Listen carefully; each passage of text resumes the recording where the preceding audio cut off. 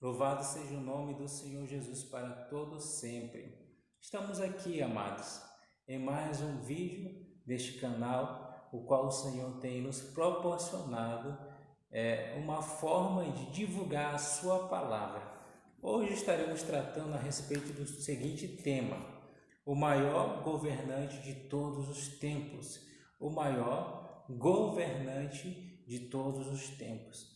Quer entender sobre este assunto? Assista até o final este vídeo e com certeza você será edificado e edificada através da palavra de Deus. Antes de nós tratarmos, gostaria de lhe fazer um convite. Inscreva-se no nosso canal e não deixe de curtir o nosso vídeo para que nós possamos continuar nessa missão de enviar a palavra de Deus, não importa as mídias sociais. Se é pelo YouTube, Deus quer te usar, se é pelo WhatsApp, se é pelo Facebook, mas que possamos fazer tudo para a glória de Deus. Para a nossa meditação, abra por gentileza lá em Atos dos Apóstolos, ou Atos do Espírito Santo, no capítulo 15 e no verso de número 16. Livro de Atos dos Apóstolos, no capítulo 15 e verso de número 16. Há uma promessa bíblica para a igreja nesses últimos dias. Depois disso, eu voltarei, diz o Senhor, e construirei de novo o reino de Davi, que é como uma casa que caiu. Juntarei de novo os pedaços dela e tornarei a levantá-la. Que texto maravilhoso e uma promessa para nós. Por quê? Aqui está falando sobre uma reconstrução de novo reino de Davi. Mas quem foi Davi? Davi foi o segundo rei de Israel. Quanto tempo ele governou sobre Israel? 40 anos. Quem foi o seu antecessor? Saul também governou Israel por 40 anos. Quem foi seu sucessor? Foi Salomão, seu filho, que ficou sobre Israel sobre 40 anos também. Ou seja, por 120 anos, Israel esteve sob comando de um rei. Deus levantou um representante. Porém, esse reino, nós devemos dizer reino de Davi, por conta da referência que até hoje Israel tem por esse homem. Basta você observar a bandeira de Israel. Você vai ver que está exposta a estrela de Salomão? Não, nem a estrela de Saul. Foi a estrela de Davi, o homem segundo o coração de Deus. É claro que ele era pecador como eu e você. Porém, ele reconhecia e procurava mudar a sua vida de pecados, porque o que ele queria era fazer a vontade de Deus, embora soubesse que o pecado tem consequências, como nós observamos na própria história de vida de Davi. Pois bem, o seu reino foi desfeito em que momento? Basta você estudar um pouco a história de Israel e você vai ver que depois que Salomão encerrou suas atividades, o que aconteceu? Houve uma divisão. Os historiadores, os estudiosos bíblicos sabem disto melhor do que eu. Por quê? Porque Israel ele se dividiu em reino do norte e reino do sul. Reino do norte ficou com 10 tribos e sob o comando de Jeroboão. E o reino do sul com apenas 2 tribos, sob o comando de Roboão. E a capital do reino do sul passou a ser Jerusalém. Mais uma informação importante aqui para nós. O reino do norte durou apenas 200 anos, 2 séculos. Por quê? Porque depois caiu sob domínio assírio. Logo depois, o reino do sul, depois que o reino do norte caiu em declínio, o reino do sul, 150 anos depois, sofreu também uma queda. Em que? Ele foi dominado pelo Império Babilônico. Então, ambos os reinados passaram a ser dominados por um povo e perderam a sua autonomia. Onde nós sabemos, no caso do Reino do Sul, que Nabucodonosor invadiu Jerusalém e levou a população ao exílio. Calculando aqui rapidamente, o reino de Davi que foi sucedido por Salomão, ele acabou em declínio por um período de 350 anos. E agora? Por causa disto é que o versículo 16 fala que construirei de novo, ou seja, esse reino de Davi precisava passar por uma reconstrução. Por quê? Porque ele até fez uma comparação, o escritor, que é uma casa que caiu 350 anos depois, eles caíram sob o domínio de alguma nação. Mas e agora? Será que tudo está perdido? Não. Deus, ele é um Deus de recomeço.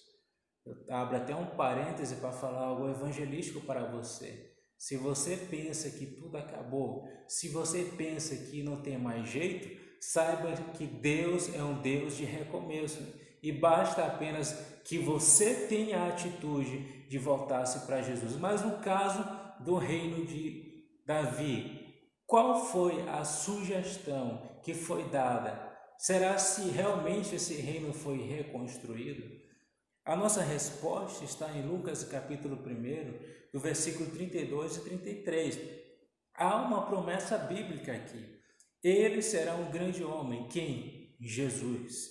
E será chamado de Filho do Deus Altíssimo. Deus, o Senhor, vai fazê-lo rei, como foi o antepassado dele, o rei Davi. Mas a pergunta que vem à tona: será se Jesus era pelo menos da geração de Davi? Mateus responde, logo no capítulo 1, no versículo 1, Jesus, filho de Davi, filho de Abraão. Exatamente, Jesus veio de uma linhagem real. E Mateus ele fez questão de falar dessa forma.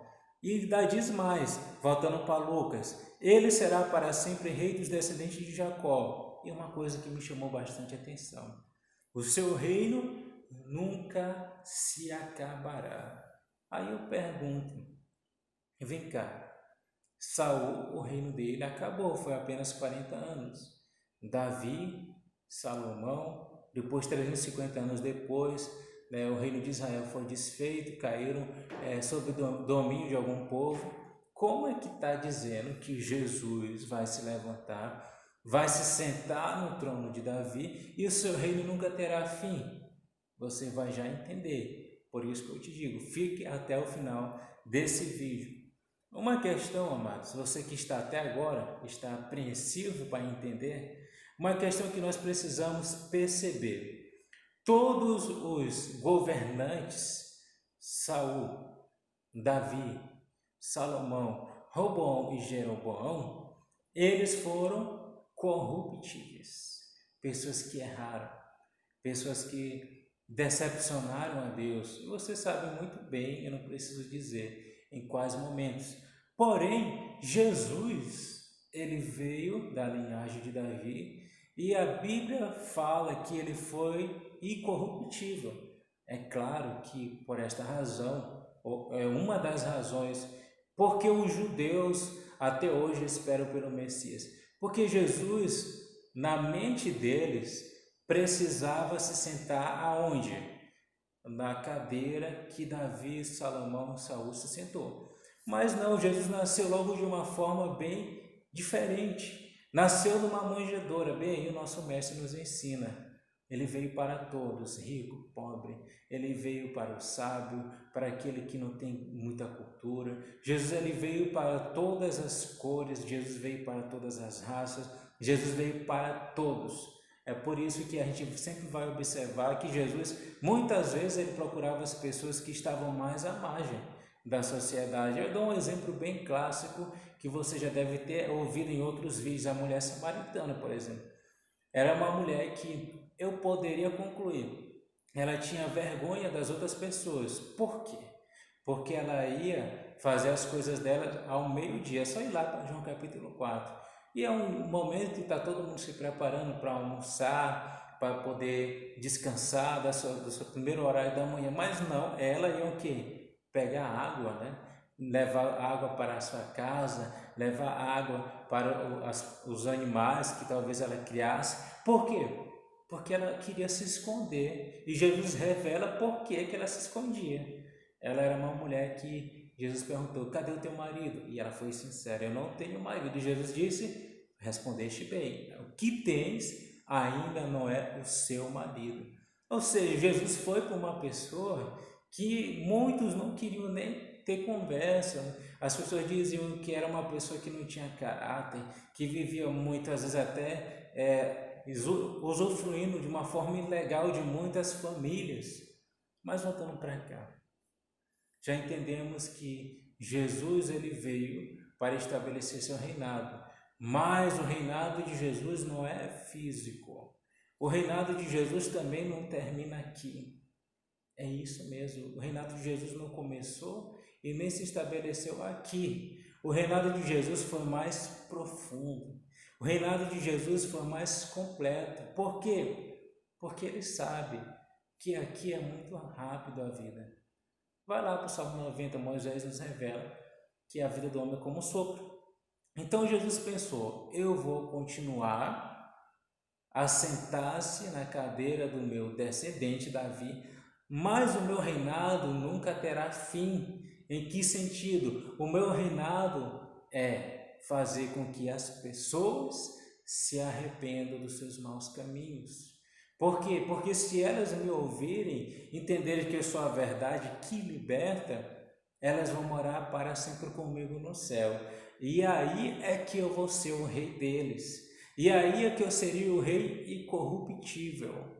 Mas eu pergunto, será se isto não era privilégio apenas dos judeus? Eu respondo na Bíblia. João no capítulo 1, no versículo 11 e 12, o escritor nos diz: ele veio para aqueles que eram seus, mas os seus não o receberam. Porém, eu quero que você redobre sua atenção. Todos que o receberam, todos, brasileiros, canadenses, estadunidenses, todos que o receberam, deu-lhe o poder de se tornarem filhos de Deus. Você, isso, você mesmo, que está ouvindo este vídeo, que decidiu seguir a Jesus, você é filho de Deus. Se você é filho de Deus, você não é apenas filho de um Deus qualquer. Você é filho do Rei dos Reis e Senhor dos Senhores. E quando Jesus voltar, a gente sabe que o arrebatamento está para qualquer instante, mas não estamos mais para brincar. Pode ser que Jesus volte agora e se esse vídeo não se completar, tranquilo. Nós vamos estar para sempre no céu de glória celebrando a Jesus. Por quê? Porque quando nós sairmos dessa terra, Jesus nos encontrará no céu. E lá ele será o nosso rei para sempre, um rei incorruptível. É por isso que a sua missão não começava aqui na terra.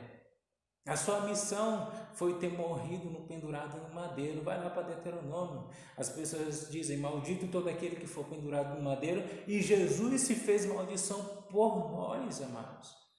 Jesus ele não estava preso aqui. Jesus ele estava se preparando para a eternidade. Ele morreu, mas ao terceiro dia ele ressuscitou para que hoje nós nos tornássemos filhos de Deus, filhos do Rei. Somos filhos de Deus, filhos do Rei. E se somos filhos do Rei, estaremos com o direito de quê? Participar do seu reinado. Então, diga com toda a autoridade para si mesmo: eu tenho direito no reinado de Jesus, porque eu já me tornei seu filho. Porém, se você tem perdido essa herança de herdar o reino de Deus, este é o momento agora para você voltar para Jesus. Se você não ainda experimentou, você está perdendo uma grande herança. Você está perdendo a oportunidade de se tornar filho do maior rei que já existiu. Glorificado seja o seu santo nome. Sabe por quê, amados? Lá em Atos capítulo 1, no versículo 11, aqui é apenas Bíblia, vai nos dizer: esse Jesus que estava com vocês e que foi levado para o céu, voltará do mesmo modo que vocês viram subir. Naquele dia estavam reunidos, já aprendemos em outros vídeos, o que? Jesus, os seus irmãos, que mais? Estava reunida a igreja e eles viram Jesus subindo. Aí um anjo revelou: Da mesma forma como vocês viram ele subindo, ele voltará. Ou seja, o Rei dos Reis voltará para estabelecer o seu reinado. Não, você não entendeu. O Rei dos Reis voltará para estabelecer o seu reinado. E quem me garante isto? Você vê isto no Velho Testamento. Vai lá para Isaías, no capítulo 52, no versículo 8, e o profeta messiânico vai dizer: escutem os gritos dos vigias, eles gritam de alegria, todos juntos, pois veem com seus próprios olhos a volta do Senhor para Sião. Isaías, no Velho Testamento, já falava sobre a volta de Jesus. Ezequiel, no capítulo 34, versículo 12, mais um profeta: como o pastor busca as suas ovelhas que estão espalhadas, assim eu buscarei as minhas ovelhas e as trarei de volta de todos os lugares por onde forem espalhadas ou foram espalhadas naquele dia de escuridão e desgraças. Amós capítulo 4, versículo 12: prepara-te, Israel, para o encontro do noivo. Nós somos o Israel de Deus. Os profetas do Antigo Testamento já falavam que Jesus iria voltar. Sim, você falou do Velho Testamento. Mas me diga pelo menos 7 evidências no Novo Testamento que Jesus voltará. Eu vou citar Apocalipse 2, versículo 5. Brevemente a ti virei. Apocalipse 2, versículo 16. Em breve virei a ti. Apocalipse 3, versículo 11. Eis que venho sem demora. Apocalipse 16, versículo 15. Eis que venho como ladrão. Apocalipse 22, versículo 7. Eis que presto venho. Apocalipse 22, versículo 12. Eis que cedo venho. Apocalipse 22, versículo 20. Certamente cedo venho. Só no livro de Apocalipse, 7 vezes o número da perfeição, foi afirmado que Jesus voltaria. Os pregadores de nomes por aí, eles dizem que se a volta, ou seja, a vinda de Jesus pela primeira vez para o resgate da humanidade foi verdadeira e foi profetizada inclusive por Isaías, quanto mais a sua volta para buscar a sua igreja. Nós não podemos perder tempo, amados. Os sinais da sua vinda, como diz Lucas 21, versículo 7, têm aumentado. Por quê? Porque vai dizer: mestre, quando serão, pois, essas coisas? E que sinal haverá quando isso estiver para acontecer? Jesus respondeu: e haverá em vários lugares grandes terremotos e fomes e pestilências. Haverá também coisas espantosas e grandes sinais do céu. Imagine só, amados, pessoas perecendo por fome, terremotos, guerras, a devassidão moral, o amor de muitos se esfriando, a falta de ética tem aumentado. E eu deixei esse último assunto, que é mais que atual para nós tratarmos. Quando é que você viu na história da humanidade uma doença está causando tanta morte de forma silenciosa? Isso é uma evidência, amados. Jesus está voltando. Talvez não tenha sido tão assustador quanto a Primeira Guerra Mundial de 1939 a 1945, nem tão assustador quanto a Segunda Guerra Mundial de 1939, aliás, consertando, em 1939 a 1945 foi a Segunda, em 1914 a 1918 foi a Primeira Guerra Mundial. Matou muitas pessoas, mas um inimigo invisível tem matado tanta gente. E ainda não tem sido descoberta a real causa, não tem sido descoberta uma vacina. Estamos, amados, nos últimos dias.